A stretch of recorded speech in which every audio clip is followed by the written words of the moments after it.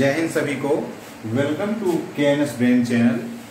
तो आज हम लोग जो है बात करेंगे न्यू टॉपिक पे जिसका नेम है जेनेटिक डिसऑर्डर और मेंडेलियन डिसऑर्डर। तो ये जो डिसऑर्डर होता है, क्या होता है डिसऑर्डर, ठीक, इसमें कौन कौन से डिसऑर्डर आते हैं, आज हम लोग इस टॉपिक पे बात करेंगे। और जो चैप्टर है वो चैप्टर 5 है क्लास 12 का, principle of inheritance and variations, ये चैप्टर का नेम है। इस चैप्टर में बहुत सारे टॉपिक्स हम लोग डिस्कस कर चुके हैं। उन टॉपिक्स की वीडियोस आपको लिंक में मिल जाएंगी या आप हमारे चैनल KNS ब्रेन पर जा करके वहां से देख सकते हैं। चलिए, तो आज हम लोग जो बात करने वाले हैं न्यू टॉपिक पे, जेनेटिक डिसऑर्डर या मेंडेलियन डिसऑर्डर, दोनों एक ही चीज है। इनमें पहला डिसऑर्डर आज हम लोग डिस्कस करेंगे, दैट इज हीमोफीलिया। ठीक, हीमोफीलिया के बारे में आज डिस्कस करने से पहले ठीक मैं बता दूं कि आप लोगों ने अगर इसके पहले के टॉपिक की वीडियो नहीं देखी है तो उनको जा करके हमारे चैनल KNS ब्रेन पर जा करके आप देख सकते हैं और लर्न कर सकते हैं पूरे चैप्टर को आसानी से और आसानी से समझ सकते हैं। लेकिन हाँ, उससे पहले वीडियो को पूरा देखिएगा, क्योंकि वीडियो का जो टॉपिक है हीमोफीलिया बहुत ही इंपॉर्टेंट टॉपिक है और कई बार इससे क्वेश्चन भी पूछे गए हैं। तो अगर आप इसको पूरा नहीं देखेंगे तो इस टॉपिक को कतई भी समझ नहीं सकते हैं।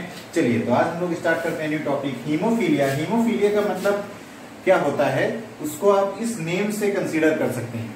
Haemophilia means bleeding disorder. Bleeding समझते हैं, यानी कहीं पे कट लग जाए, ब्लड बहने लगे, उस कंडीशन को बोलते हैं ब्लीडिंग। अब अगर ब्लीडिंग में हो जाए डिसऑर्डर तो हम उसे बोलेंगे ब्लीडिंग डिसऑर्डर। अब डिसऑर्डर क्या हो सकता है, डिसऑर्डर हमारा जो है ये हो सकता है कि मान लीजिए हल्का सा भी कट हमारे हैंड में लग जाता है, किसी बॉडी पार्ट में लग जाता है और वहां से ब्लीडिंग कंटिन्यूअसली होती रहती है, यानी रक्त जो है लगातार बहता रहता है और यानी वहां पर रक्त का थक्का नहीं जमता है। नॉर्मली क्या होता है, नॉर्मली हम लोगों ने कट मारा, अरे मारा नहीं मतलब वो तो मारते हैं कुछ लोग, एनीथिंग एल्स, पता नहीं किस प्यार मोहब्बत में। तो अगर हम लोगों ने नॉर्मली कट मारा तो होता क्या है कि फिर वहां पर अपने आप ब्लड धीरे धीरे क्लॉट हो जाता है, यानी थक्का जम जाता है और खून बहना बंद हो जाता है। लेकिन अगर ये डिसऑर्डर हो जाएगा तो इसमें ब्लड क्लॉटिंग नहीं होगा, यानी खून आसानी से बहना बंद नहीं होगा, ब्लीडिंग कंटिन्यूअसली होती रहेगी।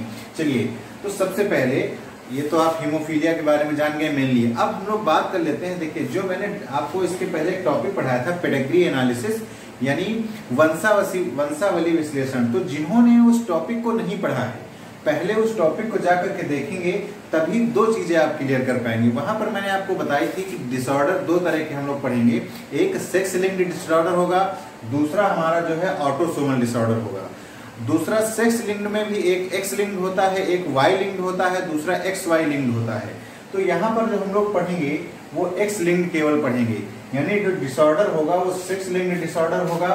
और रेसेसिव और डोमिनेंट, इस पर भी हम प्रीवियस लेक्चर्स में बात कर चुके हैं, तो आप हमारे उन लेक्चर्स को देखेंगे, वहां पर आसानी समझ जाएंगे किसको रेसेसिव कहते हैं, किसको डोमिनेंट कहते हैं। ठीक, बट यहाँ पर हम देखेंगे कि जो हीमोफीलिया है वो हमारा सेक्स लिंक्ड डिजीज है और रेसेसिव है, यानी एक्स लिंक्ड डिजीज है, यानी इसको हम कह सकते हैं, अगर हिंदी में बात करें तो ये एक्स लिंग सहलग्न लक्षण है, यानी लिंग सहलग्न लक्षण है। जो रेसेसिव है यानी अप्रभावी है। कैसा है, अप्रभावी लक्षण है। अब दूसरा देखो पॉइंट मैंने इसमें लिख रखा है कि इसमें ब्लड क्लॉटिंग, यानी जो रक्त का थक्का जम जाता है वो नहीं जमेगा, यानी अगर आपका सिंपल कट भी लग जाता है, कोई बॉडी में स्क्रैच लग जाता है तो ब्लीडिंग कंटिन्यूअसली होती रहेगी और पूरा रक्त बह सकता है। ठीक, आपको बहुत सारी और भी इन्फेक्शन हो सकते हैं। तो ये ब्लड क्लॉटिंग यानी रक्त का थक्का नॉट अकर्स, यानी नहीं जमता है इसमें, इस डिजीज में, हीमोफीलिया में। दूसरा पॉइंट हम लोग बात करेंगे कि क्यों नहीं जमता है, तो देखो लिख रखा है मैंने, due to the absence of cascade of proteins, यानी इसमें कैस्केड ऑफ प्रोटीन्स नहीं बनता है। अब ब्लड क्लॉटिंग की अगर आप प्रोसेस देखना चाहते हैं तो उसके लिए आप हमारे चैनल पे वीडियो ब्लड क्लॉटिंग पे पड़ा हुआ है, वहां पर जाके देख सकते हैं। तो ब्लड क्लॉटिंग में एक प्रोटीन का जाल बनता है, जहां पर भी कट लगता है वहां पर एक प्रोटीन का जाल बन जाता है। उस प्रोटीन के जाल में सारे हमारे जो सेल्स, ब्लड सेल्स होती हैं, फंस जाती हैं और ब्लड क्लॉटिंग हो जाती है। अब यहाँ पर क्या होगा, ये कैस्केड बनेगा ही नहीं, यानी जो प्रोटीन का जाल है वो बनेगा ही नहीं, और अगर प्रोटीन का जाल यानी कैस्केड नहीं फॉर्म होगा तो फिर ब्लड क्लॉटिंग नहीं होगी। तो ये तो मैंने बता दिया कि ब्लड क्लॉटिंग नहीं होती है, क्यों नहीं होती है इस डिजीज में, यानी हीमोफीलिया में। अब हम लोग बात कर लेते हैं, एक पॉइंट हमने लिखा है, queen Victoria of England. England की रानी थी क्वीन विक्टोरिया। ठीक, वो कैरियर थी, वाहक वुमेन थी, यानी उन्होंने हीमोफीलिया को काफी स्प्रेड किया। ठीक, इसीलिए इसे हम लोग रॉयल डिजीज भी बोल सकते हैं। रॉयल डिजीज है, रॉयल फैमिली की डिजीज है ना ये, इसीलिए हम लोग रॉयल डिजीज भी बोल सकते हैं। ठीक, तो अब इसमें होता क्या है देखिए, अब ये कैरियर थी, जैसा कि मैंने लिख रखा है, ये कैरियर थी यानी वाहक थी। ये होती क्या है कैरियर और वाहक, इसके लिए भी मैंने आपको प्रीवियस वीडियो में डिस्क्राइब किया था, तो आप वहां जाकर देख सकते हैं। वैसे मैं थोड़ा सा यहाँ पर बात जरूर कर लूंगा कि कैरियर क्या होती है, वाहक क्या होती है और इन्फेक्टेड क्या होती है वो, लेकिन लास्ट में बात होगी उस पर, इस टॉपिक पर। अभी जब मैं लास्ट बिल्कुल पहुंचूंगा तो वहां पर मैं बात कर लूंगा। तो यहाँ पर आप अभी इतना जान लीजिए कि जो रानी क्वीन विक्टोरिया थी वो इंग्लैंड की रानी थी और वो वाहक थी, कैरियर वुमेन थी, इसीलिए इस डिजीज को हम लोग रॉयल डिजीज भी बोलते हैं। अब हम लोग बात कर लेते हैं यहाँ पर कि जो फीमेल होता है, होती है, होता नहीं है, होती है, हाँ। तो देखिए, क्योंकि मैंने पहले ही ऊपर लिख रखा है ये एक्स लिंक्ड है, यानी एक्स लिंक संलग्न लक्षण है, यानी डिफेक्ट है, डिजीज है, डिसऑर्डर है, जो भी है सब कुछ है इसी में है। ठीक, तो अब हम लोग बात करेंगे कि ये होता क्या है। होता क्या है, क्योंकि अब मैंने इसीलिए फीमेल का पहले ही डिस्क्राइब किया, क्योंकि ये एक्स लिंक्ड है और एक्स क्रोमोसोम जानते हैं ये फीमेल को रिप्रेजेंट करता है। किसको रिप्रेजेंट करता है? जनरली, क्योंकि अगर फीमेल में ही 2x क्रोमोसोम पाए जाते हैं, मेल में 1x क्रोमोसोम पाया जाता है और एक 1y क्रोमोसोम होता है। ठीक, ये आप पहले से ही जान चुके हैं क्योंकि मैं इस पर भी काफी चर्चा कर चुका हूँ। ठीक, तो आप वहां से आप मेरे प्रीवियस वीडियो में देख सकते हैं। तो यहाँ पर अगर हम लोग बात करें कि ये एक्स लिंक्ड है, और एक्स लिंक का मतलब समझ रहे होंगे कि यानी ये फीमेल जो मादा होगी उसमें 2x लिंक क्रोमोसोम पाए जाते हैं। तो मादा में अगर ये होमोजाइगस कंडीशन में होगा, सॉरी हेट्रोजाइगस कंडीशन में होगा, यानी विषम युग्मजीय कंडीशन में होगा, तो जो मादा होगी वो कैरियर होगी। अब कैरियर क्या है, ठीक, इस पर मैंने बताया है कि आपको बात होगी वीडियो के लास्ट में, तो आप लास्ट में देखते रहिएगा, आपका इसका मतलब पता चल जाएगा। अगर फीमेल होमोजाइगस है यानी समयुग्मजीय है तो वो इन्फेक्टेड होगी यानी संक्रमित होगी। अगर मेल यानी जो नर है वो हेट्रोजाइगस है तो भी इन्फेक्टेड होगा। होमोजाइगस तो मेल होता ही नहीं है कभी। क्यों नहीं होता है? क्योंकि उसमें एक ही एक्स क्रोमोसोम होता है और एक एक्स क्रोमोसोम और एक वाई क्रोमोसोम होने की वजह से वो कभी भी होमोजाइगस नहीं होता है। इसलिए मैंने होमोजाइगस कंडीशन यहाँ पर मेंशन नहीं की है, यानी समयुग्मजीय कंडीशन मेंशन नहीं की है। अब अगर जो मेल है, नर है, हेट्रोजाइगस से इन्फेक्टेड है, अब हम लोग बात कर लेंगे लास्ट में, जो मैंने कहा था वीडियो जो पूरा देखेंगे और लाइक शेयर और सब्सक्राइब करेंगे उनके लिए मैं डिस्कस करूंगा कि कैरियर वर्ड्स का मतलब क्या है, वाहक और इन्फेक्टेड में क्या डिफरेंस है, कि एक वही लेडी कैरियर कहलाती है और एक वही लेडी यानी इन्फेक्टेड कहलाती है, यानी संक्रमित हो जाती है। ऐसा क्या है? तो ऐसा इसलिए होता है कि देखिए फीमेल में हमारे पास होता है 2x क्रोमोसोम और मेल में होता है XY क्रोमोसोम। ठीक, तो जैसा कि मैंने यहाँ पर लिख रखा है, देखो अगर एक ही X पर, H का मतलब ये है, H का मतलब हीमोफीलिया का जीन, अगर एक ही X क्रोमोसोम पर हीमोफीलिया का जीन होगा तो जो फीमेल होगी हमारी वो वाहक कहलाएगी, कैरियर कहलाएगी, यानी इसको हीमोफीलिया नहीं होगी, ये हीमोफीलिया इसको नहीं होगी, जबकि हीमोफीलिया का जीन इस पर प्रेजेंट है। क्यों नहीं होगी? क्योंकि ये कैरियर कहलाएगी, क्योंकि अभी इसका एक एक्स क्रोमोसोम फ्री है, वो किसी भी इन्फेक्टेड से किसी भी रूप से इन्फेक्टेड नहीं है, इसलिए इसमें ये कैरियर कहलाएगी, वाहक कहलाएगी। कैरियर मतलब ये आने वाली जनरेशन में डिजीज फैलाएगी, यानी इससे जितनी भी आने वाली ऑफ स्प्रिंग संतानें उत्पन्न होंगी उनमें डिजीज हो सकती है, लेकिन इसको खुद को डिजीज नहीं होगी।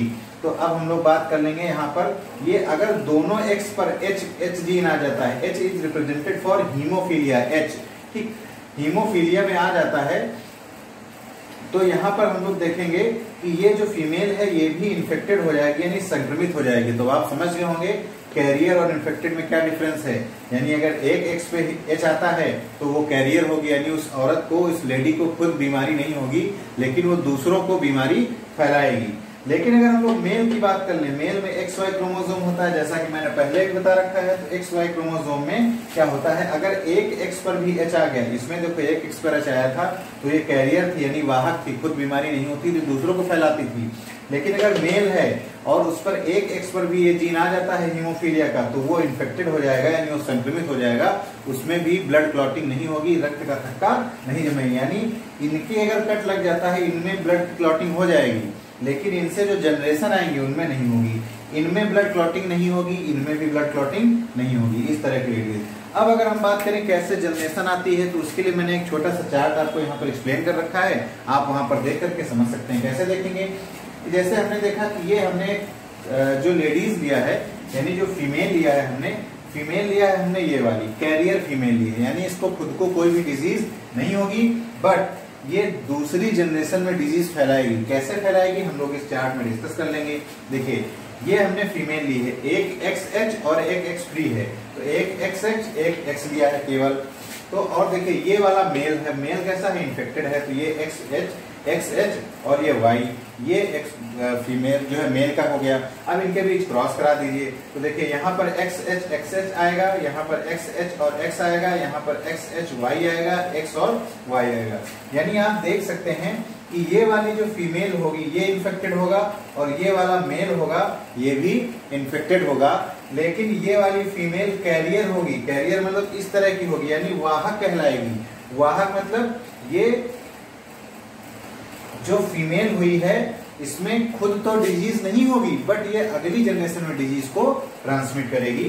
अब देखिए यहाँ पर ये जो मेल है, ये मेल जो बॉय हुआ है कंप्लीटली सुरक्षित है, इसमें कोई भी इंफेक्शन नहीं है। बट ये वाला जो लड़का था इसको क्या हो गया था, इसको इन्फेक्शन है, यानी इसको हीमोफीलिया है। इस वाले लड़की को भी हीमोफीलिया है, यानी आप कह सकते हैं कि 50% चांस था हीमोफीलिया होने का।